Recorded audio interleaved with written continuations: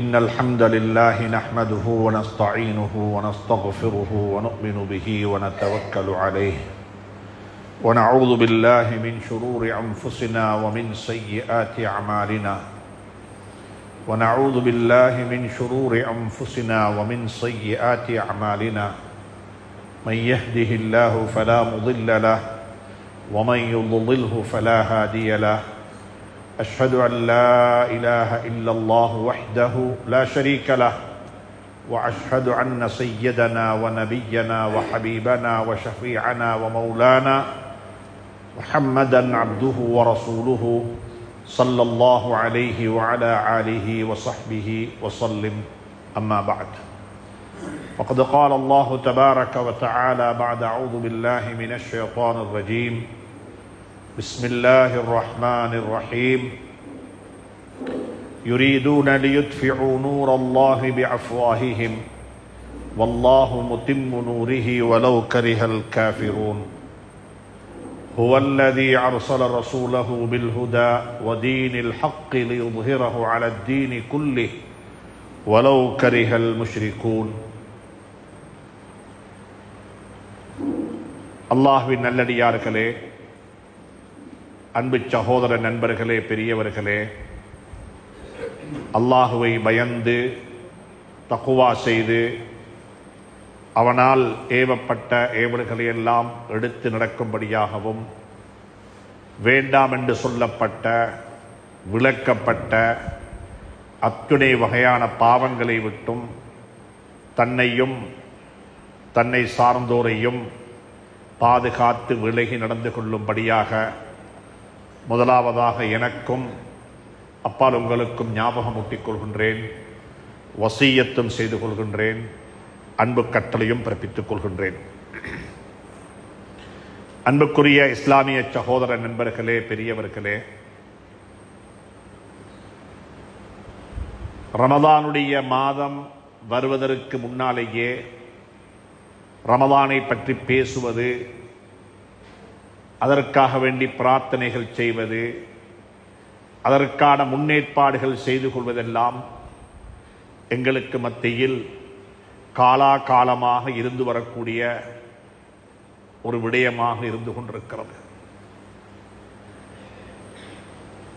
இப்பொழுது கொஞ்சம் வித்தியாசமாக யோசித்து பார்ப்போம். எங்களை வந்தடைந்த ரமலான் இன்றைய தினம்தான் எங்களை விட்டும் பிரியாவிடை பெற்று போகுது என்பதாக வைத்துக்கொண்டு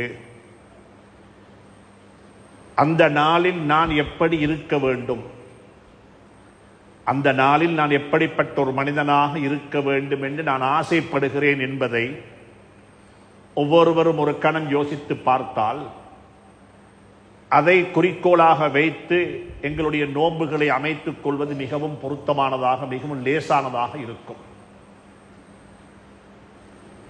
எப்பயுமே சொல்லுவார்கள், இலக்கை முதலாவது அடையாளப்படுத்திக் கொள்ளுங்கள், இலக்கை முதலாவதாக குறியீடிட்டுக் கொள்ளுங்கள், இதைத்தான் அடைய வேண்டும், இப்படித்தான் வாழ வேண்டும், இதை பெற்றுக்கொள்ள வேண்டும் என்று சொல்லி முதலாவது இலக்கை நிர்ணயித்துக் கொண்டால் அந்த இலக்கை நோக்கி பயணிப்பது மிக லேசானதாக இருக்கும்.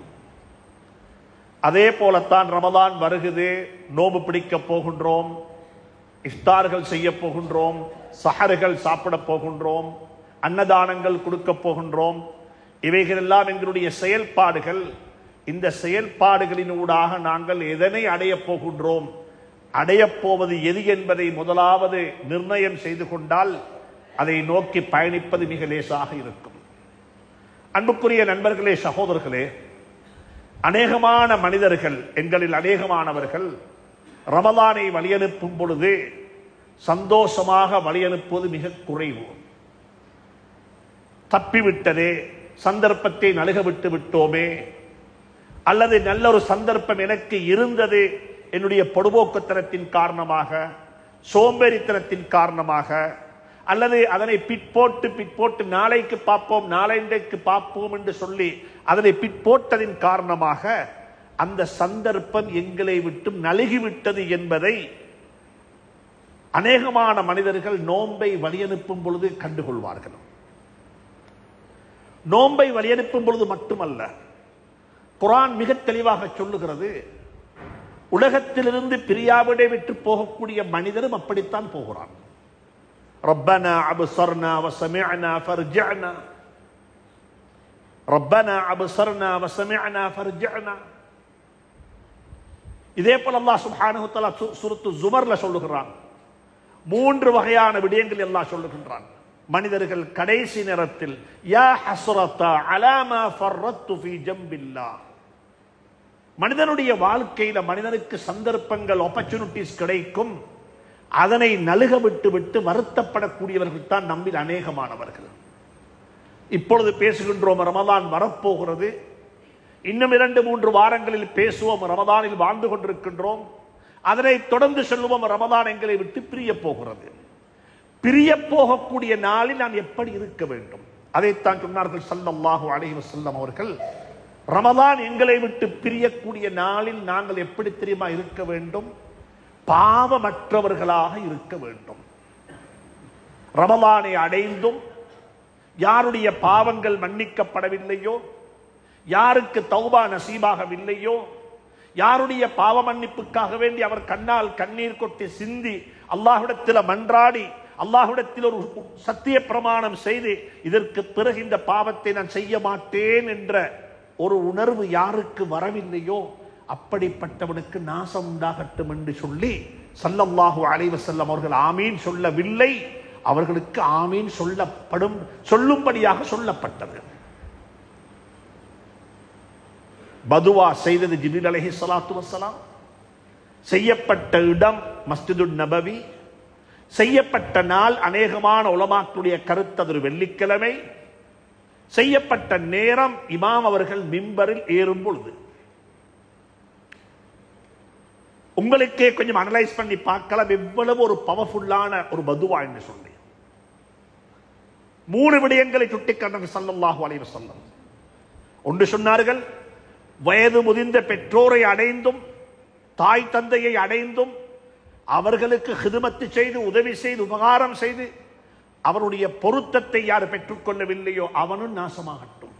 ஆமீன் சொல்லப்பட்டது. 2வது, ரமலானை அடைந்தும் யாருக்கு அந்த பாக்கியம் கிடைக்கவில்லையோ அவரும் நாசமாகட்டும்.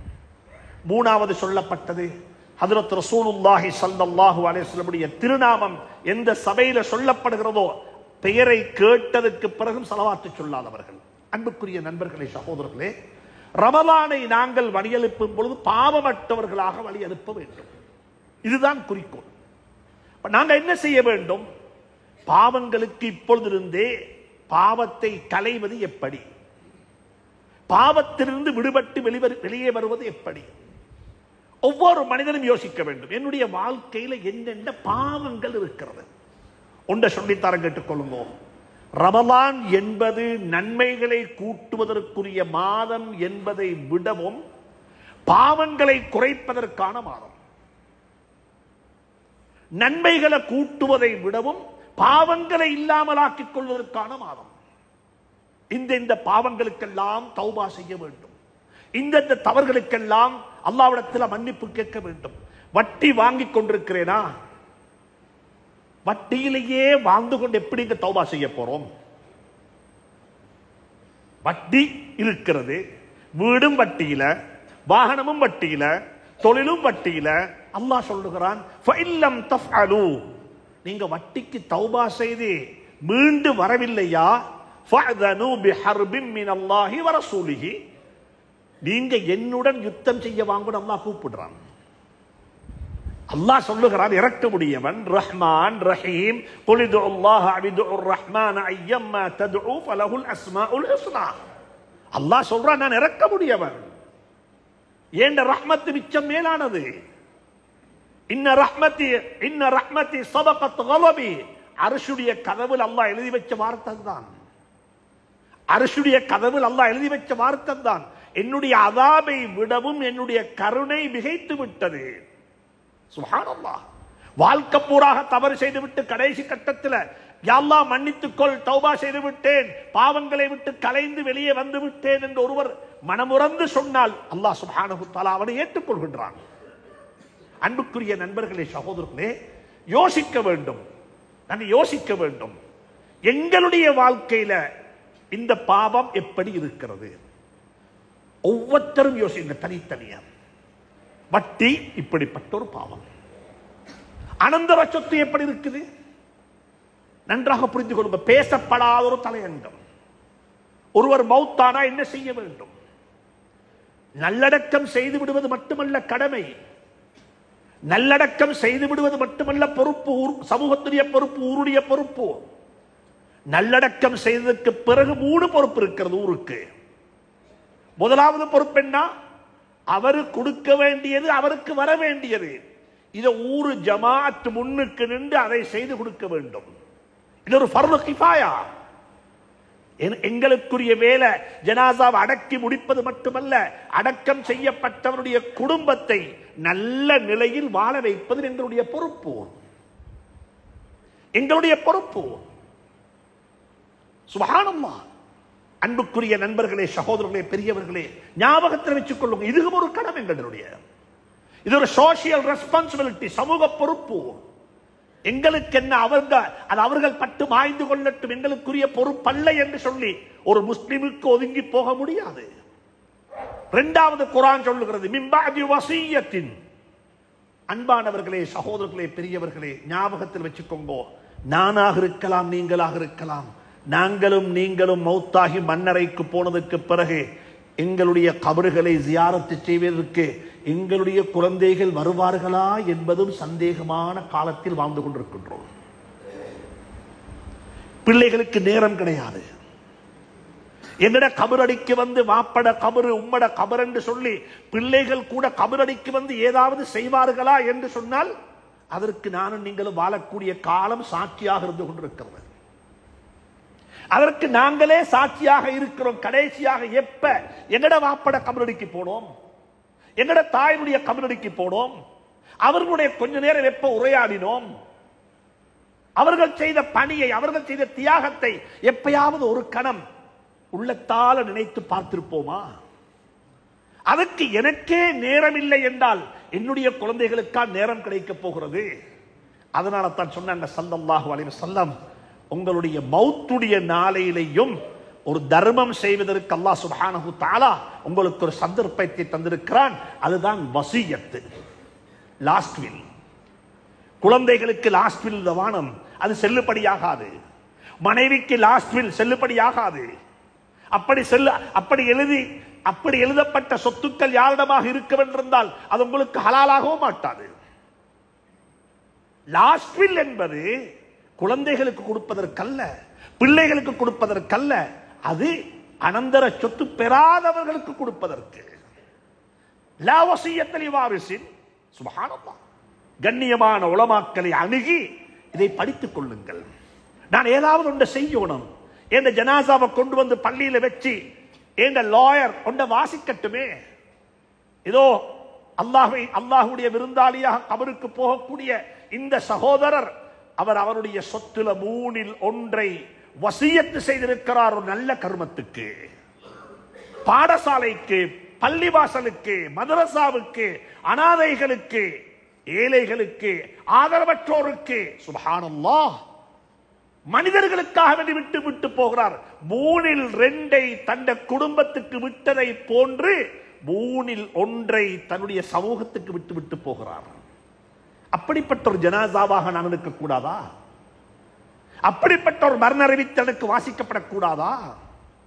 அப்படிப்பட்ட ஒரு செய்தி என்னை பற்றி மக்கள் பேசக்கூடாதா? இதைத்தான் குர்ஆன் சொல்லுகிறது, மின் பஅதி வஸிய்யத்தின் யூஸா பிஹா அவ் தைனின். சுப்ஹானல்லாஹ். அன்புக்குரியவர்களே, நண்பர்களே, தாய்மார்களே, சகோதரர்களே, இந்த விடயத்தை கருத்தில் இடுங்கோ. இப்படி வாழ்ந்த பெண்மணிகள் இந்த பூமிக்கு மேல் வாழ்ந்திருக்கிறார்கள். ஜனாசா தூக்கப்படுகிறது, லாயர் சொல்லிட்டார், இல்ல ஜனாசாவை வையுங்கள், ஜனாசாவுடைய லாஸ்ட் வில் வாசிக்கப்பட வேண்டும். ஜனாசாவுடைய லாஸ்ட் வில் வாசிக்கப்படுகிறது. துஆவுக்கு கையேந்தி அழாத சமூகம் லாஸ்ட் வில் வாசிக்கப்பட்டதும் கண்ணால மாலை மாலையாக கண்ணீர் கொட்டுகிறது. எதற்கு தெரியுமா? சந்தோஷ கண்ணீர். எப்படிப்பட்ட பாக்கியம் நிறைந்த ஒரு பெண்மணி அல்லாஹ்வை சந்திக்க போகிறாள், சமூகத்துக்கு ஏதாவது ஒன்றை கொடுத்து விட்டு. மின் பஅதி வஸிய்யத்தின் யூஸா பிஹா. அடுத்தது அல்லாஹ் சொல்லுகிறார், என்ன தெரியுமா? அனந்தர சொத்து பிரிக்கப்பட வேண்டும். இது குடும்பத்துடைய பொறுப்பு அல்ல, சமூகத்துடைய பொறுப்பு, ஊருடைய பொறுப்பு, இங்க இருக்கக்கூடிய உலமாக்களுடைய பொறுப்பு. என்ன செய்ய வேண்டும்? அனந்தர சொத்து பிரிக்கப்பட வேண்டும். அந்த பழக்க வழக்கம், அந்த கலாச்சாரம் எங்களுடைய சமூகத்தில் மங்கி மறைந்து இல்லாமல் போய்விட்டது. ஆனால் குர்ஆன் மிக தெளிவாக சொல்லுது ஒரு கர்மத்தை. குர்ஆன் மிக தெளிவாக சொல்லுது, அனந்தர சொத்து என்பது பெரிய ஏக்கர் கணக்கில் உள்ள காணி அல்ல. للرجال نصيب مما ترك الوالدان والأقربون وللنساء نصيب مما ترك الوالدان والأقربون. ஆண்களுக்கும் பங்கு இருக்குது, பெண்களுக்கும் பங்கு இருக்குது. மிம்மா கல்ல அவ் கசுர, விட்டு விட்டு போன சொத்து பெரிய சொத்தாக இருக்கலாம், பில்லியன் டாலர்ஸ் வேர்த்தான சொத்தாக இருக்கவும் மேலும். அவ் கல்ல, ஒரு சின்ன சொத்து. உலமாக்கள் எழுதியிருக்கிறாங்க, சின்ன சொத்துக்கு உதாரணம் என்ன தெரியுமா சொல்றாங்க? ஒரு பெனடோல் கார்டாக இருக்கவும் மேலும். பெனடோல் கார்டு, வாப்பா ஒரு பெனடோல் கார்டு வாங்கி கொண்டு வந்தாரு, அது மட்டும்தான் வாப்பாக்கு சொந்தமாக இருந்துச்சு, இது வேறொன்றுமே வாப்பாட்ட இல்ல. ஆனா வாப்பா ரெண்டத்தான் குடிச்சிட்டாரு, பேலன்ஸ் 10 மிச்சமா, அந்த 10ம் அனந்தர சொத்து. வீட்டுக்கு வந்த ஒரு நோயாளிக்கு, மையத்துக்கு வந்த ஒரு நோயாளிக்கு இதை குடிங்கொண்டு கொடுக்கலாது. இதுவும் பங்கு வைக்கப்பட வேண்டும். இதுதான் எங்கட மார்க்கம், இதுதான் எங்கட தீன். மையத்தூட்டுக்கு வந்த ஆட்களுக்கு மையத்துடைய சல்லியால சாப்பாடு கொடுக்கலா. மையத்துக்கு வேணும் என்றா மையத்தை அடக்கிறதுக்குரிய செலவு, கஃன் துணி மையத்துடைய காசால வாங்கலாம், கபர் வெட்டுவதற்கு மையத்துடைய காசால காசு கொடுக்கலாம். அவ்வளவுதான். உலமாக்களை அணுகி இந்த விடயங்களை படித்துக் கொள்ளுங்கள். அனந்தர சொத்துல யாரும் துரோகம் செய்து விட வேண்டாம். அதை செஞ்சுட்டு நோம்பு பிடிச்சு என்ன பிரயோசனம்? ஏன் தெரியுமா காரணம்?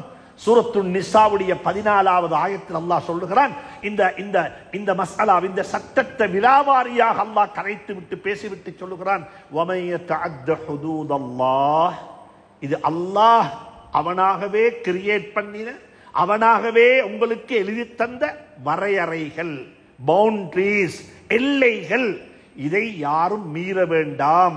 இதை மீறுபவர்கள் நரகத்தில் நிரந்தரமாக இருப்பார்கள் என்று எங்களுக்கு தெரியும். பெரும்பாவங்கள் செய்தவர்கள் நரகத்தில் நிரந்தரமாக வாழ மாட்டார்கள். ஷிர்க் செய்தவர்கள் தான் நரகத்தில் நிரந்தரமாக இருப்பார்கள். இன்னல்லாஹ லா யக்ஃபிரு அன் யுஷ்ரக பிஹி, இணை வைப்பதை மட்டும் அல்லாஹ் மன்னிக்கவே மாட்டான். இணை வைக்காத பாவங்களை, அதை தவிர்ந்த ஏனைய பாவங்களை அல்லாஹ் நாடிகளுக்கு மன்னிப்பான் என்று சொல்லிவிட்டு இன்னும் 2 பாவங்களை அல்லாஹ் இணைத்து சொல்லுகின்றான். ஒன்று என்ன தெரியுமா? அனந்தர சொத்தில் துரோகம் செய்த பாவம், அவர்கள் நரகத்தில் நிரந்தரமாக இருப்பார்கள். இன்னொன்று, ஒரு முஸ்லிமை, ஒரு முஃமினை கொலை செய்வதற்கு காரணமாக இருந்தவர்கள், அது நேரடியாக கொலை செய்திருக்கலாம், இன்டிரெக்டாக கொலை செய்திருக்கலாம், கண்ட்ராக்ட் கொடுத்து கொலை செய்திருக்கலாம், சூனியம் செய்து கொலை செய்திருக்கலாம். எப்படியாவது ஒருவனுடைய உயிரை வாங்குவது, உயிரை எடுப்பதற்கு ஒருவர் காரணமாக இருந்தால் அவனையும் அல்லாஹ் குர்ஆனில் ஹாலிதன் ஃபீஹா, அதிலே நிரந்தரமாக இருப்பான் என்று அல்லாஹ் சுப்ஹானஹு வ தஆலா அதற்கு அந்த பாவத்தையும் கூறிட்டு காட்டியிருக்கின்றான். எனவே அன்புக்குரியவர்களே, ரமலானை சந்திக்க இருக்கின்றோமா? வட்டிக்கு தௌபா செய்து கொள்ளுங்கோ. அனந்தர சொத்துல துரோகம் நடந்திருக்குதா? தெரியாத்தனத்துல, அறியாத்தனத்துல, யாரும் வேணுமென்று செய்யறதில்லை. இதுல மிகப்பெரிய ஒரு பொறுப்பு உலமாக்களுக்கு இருக்கிறது. ஏனென்றால் இந்த அறிவு சமூகமயப்படுத்தப்படவில்லை, உலமாக்களும் இதை சொல்லவில்லை. மதரசாக்களுக்குள்ளேயே இந்த கல்வி அப்படியே அடப்பட்டு விட்டது, ஜுமூதியத்தாகி விட்டது, அங்கேயே தேங்கி நின்று விட்டது. இந்த அறிவு சமூகத்துக்கு வந்து சேர இல்லை. எனவே அன்புக்குரிய நண்பர்களே, சகோதரர்களே, எங்களுடைய மிகப்பெரிய ஒரு பொறுப்பு தான் ரமலானுக்கு முன்னால பாவங்களை விட்டு வெளியே வந்து சேருங்கோ. நான் எனக்கும் சொல்லிக் கொள்கிறேன், அதற்கு பிறகுதான் உங்களுக்கு சொல்லுகின்றேன். நானும் வர வேண்டும், நீங்களும் வர வேண்டும். குடும்ப உறவுகளை பற்றி பேசுவோமா? குர்ஆன் என்ன சொல்லுது? குர்ஆன் என்ன சொல்லுது? தயவு செஞ்சு சொல்லுகிறேன், இந்த பாவத்தினால் பீடிக்கப்பட்டவர்களே நோன்பு பிடிக்க வானம். அந்த நோன்பு உங்களுக்கு எந்த லாபத்தையும் கொண்டு வந்து சேர்க்காது. கம் மின் ஸாயிமின் லைஸ மின் ஸியாமிஹி இல்லல் அத்ஸ வல் ஜூ. எத்தனையோ நோம்பாளிகள். நீங்க நோம்பா, ஓ நானும் நோம்பு, நீங்க நோம்பா நானும் நோம்பு, யாரை பார்த்தாலும் நோம்பு. அல்லாஹ் சொல்றான், அல்லாஹ்வுடைய நபி சொன்னாங்க, கம்மின் சாயிமின், இவ்வளோ பேர் அப்ப நோம்பு பிடிச்சிருக்கிறாங்க. அவங்களோட நோம்பால கிடைச்சது என்ன தெரியுமா? வெறுமனே பசியும் தாகமும் மட்டும்தான், வேறொன்றும் கிடைச்சல்ல. அந்த கூட்டமாக அல்லாஹ் என்னை உங்களையும் ஆக்காம இருப்பானாக. இப்ப யோசிங்க பாப்போம், அவங்க யாரு? அவங்களோட பாவம் என்ன? அல்லாஹ் குர்ஆன்ல சில பாவங்களை சொல்லும் பொழுது லானத்தோட சேர்த்து சொல்லி இருக்கிறான். லானத்து செய்யறான் அல்லாஹ் சுப்ஹானஹு வ தஆலா. நாசம் உண்டாகட்டும், சாபம் உண்டாகட்டும்.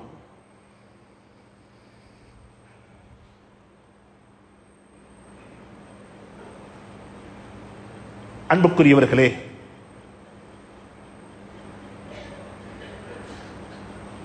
புண்ணுக்கு வைத்தியம் செய்ய போனா முதலாவது டாக்டர் செய்த வேலை அந்த புண்ணுல இருக்கக்கூடிய அசுத்தத்தையும் அழுக்கையும் சேலையும் சலத்தையும் அகற்றி விடுவார். புண்ணை கிளீன் பண்ணாம மருந்து கட்டேலாது.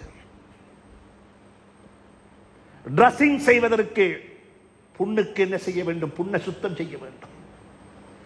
ரமலான் என்பது ஒரு டிரஸிங் ஆக இருந்தா, ரமலானுக்கு முன்னே உள்ள ஷஅபான் அது ஒரு கிளீனிங் மாசம். எங்களை கிளீன் பண்ணணும். ரமலானுடைய பிறை தென்பட முந்தி என் வீட்டுடைய டீல் என்ற கையில, என் வாகனத்துடைய புக் என்ற கையில, இது சுத்தம், ஹலால்.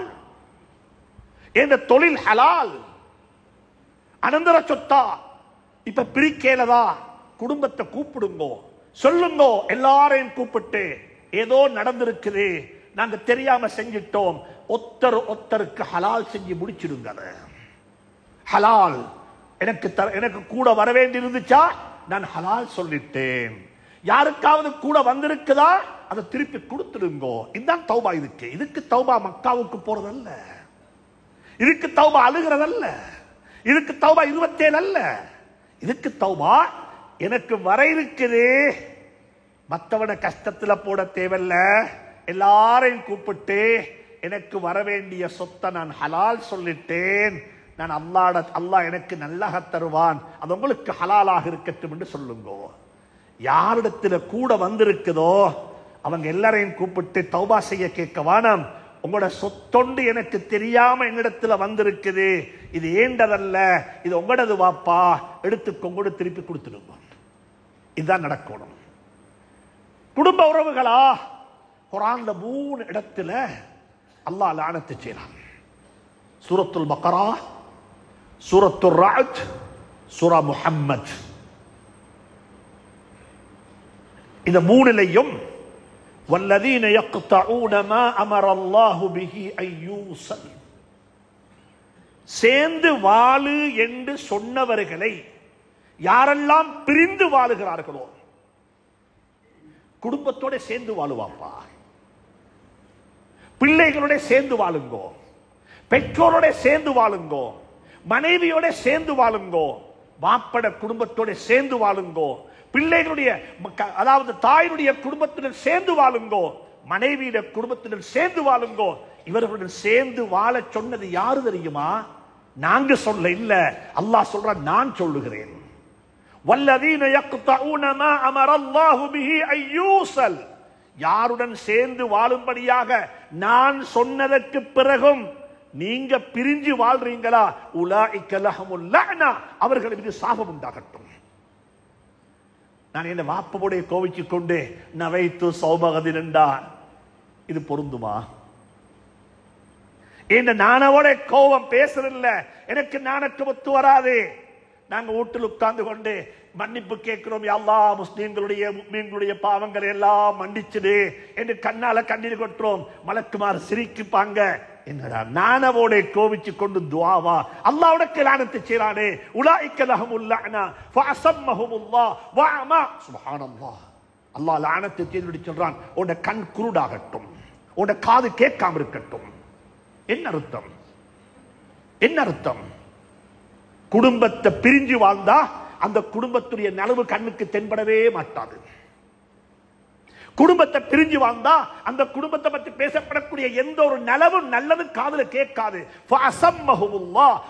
அல்லாஹ் சுப்ஹானஹு வ தஆலா குர்ஆனை படிங்கோ, குர்ஆனை படிங்கோ. மிக இரக்கமாக சொல்லுகின்றேன், மிக அன்பாக சொல்லுகின்றேன். சுருக்கம் என்ன தெரியுமா? குடும்பம் உறவை பேணிக் கொள்ளுங்கள், குடும்ப உறவை மதித்து நடவுங்கள். எந்த அளவுக்கு என்று சொன்னா, ஸல்லல்லாஹு அலைஹி வஸல்லம் அவர்கள் மரணப்படுக்கையில் இருக்கிறாங்க. ஒவ்வொரு சஹாபியையும் கூப்பிட்டு அவரவர்களுக்கு தேவையான தனித்தனி புத்திமதி சொன்னாங்க. அபூபக்கருக்கு சொல்ல வேண்டியது தனிய, உமருக்கு சொல்ல வேண்டியது தனிய. உமர் ரலியல்லாஹு தஆலா அன்ஹுக்கு சொன்ன புத்திமதி என்ன தெரியுமா? ஒரு புத்தி சொன்னாங்க. உமர், நீங்க ஹலீஃபா, நீங்க சொன்னது போல, நீங்க விரும்பியது போல, நீங்க குர்ஆன் இறங்குறதுக்கு முன்னாலே சொன்னீங்க இப்படித்தான் இருக்கணும் என்று. குர்ஆன் அப்படி 14 இடத்துல உமர் சொன்னது போல குர்ஆன் இறங்கி இருக்குது. உமர் ரலியல்லாஹு, அப்படிப்பட்ட உமர் ரலியல்லாஹு தஆலா அவங்கள சொன்னாங்க, உமர், உங்களோட காலத்துல நீங்க ஒருத்தரை சந்திப்பீங்க. அவருடைய பேர் என்ன தெரியுமா? உவைஸ் இப்னு ஆமிர். யமன்ல இருந்து வருவாரு, ஹதரமௌத் என்ற கிராமத்திலிருந்து வருவாரு. இப்படிப்பட்ட அடையாளங்கள் இருக்கும். அவருக்கு வெண்குஷ்டம் இருந்திருக்கும். அந்த வெண்குஷ்ட நோய் குணமாவி 4 விரல் வச்சில் இடம் மட்டும் அவரது உடம்புல அந்த நோய் குணமாகாம இருக்கும். அப்படிப்பட்ட ஒருத்தர் வருவாரு. அவர் வந்தா நீங்க ஒரு வேலை செய்ய, என்ன தெரியுமா? அவரிடத்துல போயிட்டு சொல்லுங்கோ, ஏண்ட பாவ மன்னிப்பு, அவரிடத்துல போய் உங்களுடைய பாவங்களுக்காக வேண்டி அல்லாஹ்விடத்துல மன்னிப்பு கேட்கும்படியா அவர்கிட்ட சொல்லுங்கோண்டாங்க. என்ன சொன்னாங்க? உமர் யாரு தெரியுமா? ஹஜ்ஜிக்கு போறாரு, உம்ராவுக்கு போறாரு.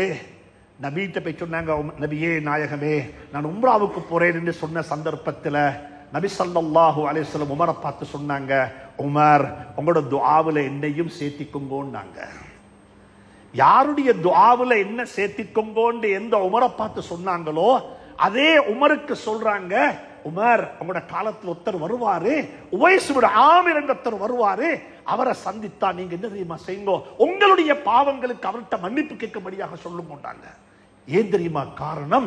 இன்னஹு கான பார்ரன் லிவாலிததிஹி. அவர் அவருடைய தாய்க்கு பணிவிடை செய்து, தாய்க்கு ஹிதுமத்து செய்து, தாயினுடைய அன்பை வென்று கொண்டவர்.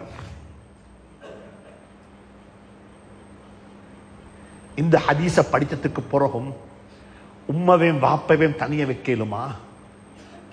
முதியோர் இல்லத்தில் போடலுமா? அவங்கள டெலிபோனை கட் பண்ணலுமா? அவங்க டெலிபோனுக்கு ஆன்சர் பண்ணாம கேளுமா? அவங்க கேட்டதை கொடுக்காம கேளுமா? நபி ஸல்லல்லாஹு அலைஹி வஸல்லம் அவர்களுடைய காலத்தில் பிறந்து வளர்ந்த உவைஸ் இப்னு ஆமிர் அவர்கள் நபியை பார்க்க வர இல்ல. ஏண்டா நபியை பார்ப்பதை விடவும் என்ற உம்மவை பார்ப்பதற்கு இபாதத்துன்னு பார்த்தாங்க. யமன்ல இருந்த மதீனாவுக்கு தனியே போயிட்டு பார்த்துட்டு வந்திருந்த சஹாபியாக இருப்பாரு. ஆனா எனக்கு சஹாபி என்பது முக்கியம் இல்ல. எனக்கு முக்கியம் என்ன தெரியுமா? என்ற உம்மோட துஆ எனக்கு முக்கியம். அன்பான வாலிபர்களே, அன்பு சகோதர நண்பர்களே, எங்களை போல உம்மா வாப்பவ 2 பேரையும் கொண்டைத்த கபர்ல அடக்கி விட்டு உம்மா வாப்பட நலவ பேசுவேன் இல்ல. வாழும் பொழுது பேசுங்கோ, வாழும் பொழுது தலைக்கு மேல வச்சு மதியுங்கோ. அல்லாஹ்ட்ட துஆ கேட்கறதுக்கு வழி சொல்லி தர கேட்டுக்கோங்க. நாங்கள் எல்லாம் யா அல்லாஹ், நான் தொழுதிருக்கிறேன், பள்ளி கட்டிருக்கிறேன், ஹஜ் செஞ்சிருக்கிறேன், மதரசா கட்டிருக்கிறேன், அனாதை இல்லம் செஞ்சிருக்கிறேன் என்று தான் நாங்கள் துஆ கேட்போம். ஆனா ஒருத்தர் துஆ கேட்டாரு, ஒரு கல்லு ஒரு குகைக்குள்ள வைத்து மாட்டிக்கொண்டு, புகாரி ஷரீஃப்ல வர ஹதீஸ், நீண்ட ஹதீஸ். இந்த ஹதீஸ படிங்கோ. அவர் துஆ கேட்டார், என்ன தெரியுமா? யா அல்லாஹ், நான் ஒரு நாள் வீட்டுக்கு வந்தேன், சாப்பாடு சாமான் வாங்கி கொண்டு வந்தேன், வீட்டுக்கு ராவு சாப்பாடு பலமிய சாப்பாடு கொண்டு வருவேன் வீட்டுக்கு. அன்றைக்கு வந்தா வாரத்துக்கு நேரமாவிட்டது, லேட் ஆவிட்டேன். உம்மா பாப்பாம் 2 பேரும் பசியில தூங்கிட்டாங்க. என்ற பிள்ளைகளும் என்ற மனைவியும் பசியில் இருக்கிறாங்க. என்ற கையில சாப்பாட்டை வச்சுக்கொண்டு பசியில உம்மா வாப்பா தூங்குறாங்க. உம்மா பசியில உள்ள உம்மக்கும் வாப்பக்கும் முந்தி என்ற பிள்ளைகளுக்கு எனக்கு சாப்பாடு கொடுக்க என் மனசு இடம் கொடுக்க இல்லை. என் உம்மா வாப்பவை எழுப்பாற்றத்துக்கு மனம் கொடுக்க இல்லை. என் உம்மா வாப்பட தூக்கம், ஆழ்ந்த தூக்கத்தில் இருக்கிறாங்க. எழுப்பி சாப்பாடு கொடுக்க விருப்பப்படவும் இல்லை. ஆனா என் உம்மா பாப்பா பசியில தூங்குறாங்க. அவங்களோட பசிய போக்குறதுக்கு முன்னால என் பிள்ளைகளுடைய பசிய போக்க நான் விரும்பவும் இல்லை. அதனால சாப்பாட்டை கையில வச்சுக்கொண்டு உம்மா பாப்பா விழிக்கும் வரைக்கும் பார்த்து கொண்டிருந்தேன். என் பிள்ளை ரெண்டும் அழுது கொண்டிருந்துச்சு. அல்லாஹ், இந்த காட்சி உனக்கு தெரியும், நான் இதை செஞ்சது உனக்காக வேண்டிய அல்லாஹ், எனக்கு உதவி செய்யுது துஆ கேட்டாரு. கல்லு பணிய வந்துச்சு, கல்லு பணிய வந்துச்சு. ஹஜ் செஞ்சுட்டு கேட்கிற துஆவை விடவும், தொழுதுட்டு கேட்கிற துஆவை விடவும், தாய்க்கும் தந்தைக்கும் ஹிதமத் செஞ்சு கேட்ட துஆ ஹதீஸ்ல பதிவு செய்யப்பட்டிருக்கிறது. அன்புக்குரிய நண்பர்களே, சகோதரர்களே, ரமலான் வந்து கொண்டிருக்கிறது. எனவே இந்த விடயத்தை கருத்தில் எடுங்கோ. பாவம் இல்லாத நிலையில, குடும்ப உறவுகளை பேணிய நிலையில, சொந்தங்களை பேணிய நிலையில ஸல்லல்லாஹு அலைஹி வஸல்லம் அவர்கள் உமருக்கு இன்னும் ஒரு புத்தி சொன்னாங்க. உமர், இது உமருக்கல்ல, இது அம்ர் இப்னு ஆஸுக்கு சொன்ன புத்திமதி. அம்ர் இப்னு ஆஸை கூப்பிட்டாங்க. கூப்பிட்டு சொன்னாங்க, அம்ர் இப்னு ஆஸ், ஒரு காலம் வரும் நீங்க எகிப்துடைய கவர்னர் ஆகுவீங்க. உங்களோட கண்ட்ரோல்ல, உங்களோட தலைமைத்துவத்தின் கீழே எகிப்து வந்து சேரும். அங்க ஒரு ஊர் இருக்குது, அந்த ஊருடைய பேரே சொன்னாங்க. இந்த ஊர் தான் அந்த ஊர். ஊருடைய பேரே சொன்னாங்க. அந்த ஊருக்கு போனா அந்த ஊர் மக்களோட ரொம்ப நிதானமாக நடந்து கொண்டாங்க. ரியாதுஸ் ஸாலிஹீன்ல ஹதீஸ் இருக்குது, இதை எடுத்து படிங்கோ. அந்த ஊருக்கு போனா அந்த ஊர்ல ரொம்ப இரக்கமா நடந்து கொண்டாங்க. அந்த ஊர் மக்களோட ரொம்ப இரக்கமா நடந்து கொங்கோ. அந்த ஊர் மக்களை கண்ணியப்படுத்துங்கோ, அந்த ஊர் மக்களை சங்கைப்படுத்துங்கோ. ஆனா பேய்த்திருக்கிறீங்க இஸ்லாத்தின் பக்கமாக மக்களை கூப்பிடுவதற்கு அவங்க நன்முஸ்லிமாக இருக்க வேணும். அந்த மக்களோட நீங்க எப்படி நடந்து கொள்ளணும் என்றா இரக்கமா நடந்து கொள்ளணும். ஏன் தெரியுமா காரணம்? ஏண்ட உம்மா அந்த ஊரை சேர்ந்தவ, ஆமினா வல்ல, ஆமினா வல்ல. ஹஜ்ரத் இப்ராஹிம் அலைஹிஸ்ஸலாத்து வஸ்ஸலாமுடைய மனைவிமார்கள் ஒரு மனைவி அந்த ஊரை சேர்ந்தவங்க. 33வது பரம்பரையில பிறந்த புள்ள சொல்லுது, ஏண்ட உம்மா அந்த ஊரை சேர்ந்தவன். இதுதான் ஃபேமிலி ட்ரீ.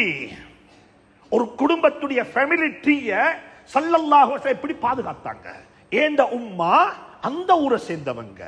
ரெண்டாவது சொன்னாங்க, அந்த ஊருடைய ஒரு பெண்ணை நான் கல்யாணம் முடிச்சிருக்கிறேன், மாரியத்துல் கிப்திய்யா ரலியல்லாஹு தஆலா அன்ஹா, அந்த ஊரை சேர்ந்தவங்க.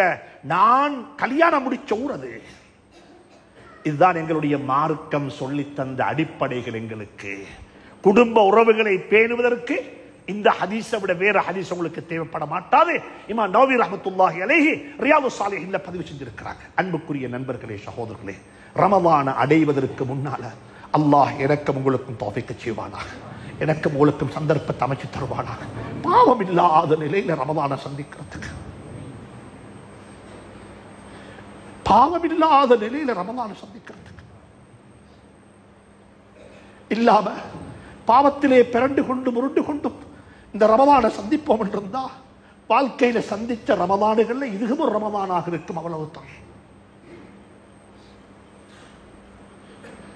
அதே மாதிரி மிக அன்பாக ஒரு விஷயத்தை சொல்லி முடிக்கிறேன்.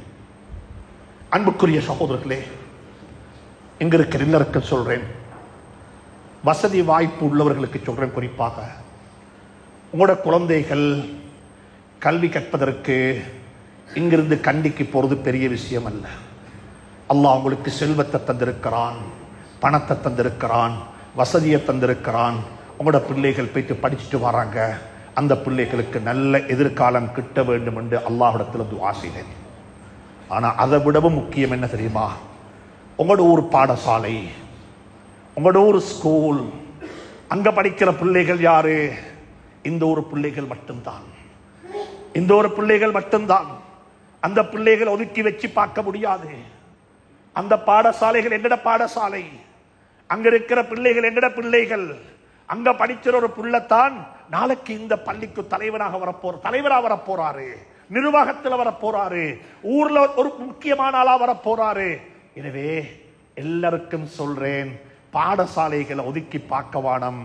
ஜமியத் உலமாவுக்கும் சொல்றேன், உலமாக்களுக்கும் சொல்றேன், மதரசா ஒரு கண்ணண்டா, மற்ற கண் எங்களுடைய பாடசாலைகள். பாடசாலைகளை எப்படி அதுக்குள்ள வேல்யூஸை கொண்டு வர முடியும், இஸ்லாம் சொல்லி தந்த பண்பாட்டை கொண்டு வர முடியும், எப்படி அங்க இருக்கக்கூடியவர்களையும் தொழுகையாளிகளாக மாற்ற முடியும், அங்க இருக்கக்கூடியவர்களுக்கும் தீனை எப்படி சொல்லிக் கொடுக்க முடியும், அதற்குரிய ஒரே ஒரு வழி இந்த மிம்பர்ல இருந்து சொல்லுவதல்ல, அவரிடத்தில் போய் சொல்ல வேண்டும், நாங்க சேர வேண்டும், இணைய வேண்டும். அனைவருக்கும் சொல்லுகின்றேன், பாடசாலைகளையும் இணைத்துக் கொள்ளுங்கள். எங்களுடைய செயல்பாடுகள்ல அவர்களுக்கு சொல்லிக் கொடுங்கள். அவருடைய குறைகளை மட்டும் பேசவானம், அவருடைய நலவுகளையும் பேசுங்கோ, அவர்களை ஊக்குவியுங்கள், அவர்களுக்கு நல்லதை சொல்லிக் கொடுங்கள். எனவே இது ஊருடைய மிகப்பெரிய கடமைப்பாடு. குறிப்பாக சொல்றேன், வசதி படைத்த செல்வம் கொடுக்கப்பட்ட செல்வந்தர்களே, உங்களோட பிள்ளைகள் படிப்பது போன்று ஏழைகளுடைய குழந்தைகளும் படிக்க வேண்டும். அதற்கு என்ன நாங்க செய்ய வேண்டுமோ அதை செய்யுங்கோ. அல்லாஹ் உங்களோட வாழ்க்கையை வரலாறாக மாற்றி விடுவான். அல்லாஹ் சுப்ஹானஹு தஆலா அப்படிப்பட்ட பாக்கியத்தை நம் அனைவருக்கும் தந்தருள்வானாக. நம் அனைவரையும் ஒன்றாக வாழ வைப்பானாக. யா அல்லாஹ், யா அல்லாஹ், நோன்பை வழி அனுப்பும் பொழுது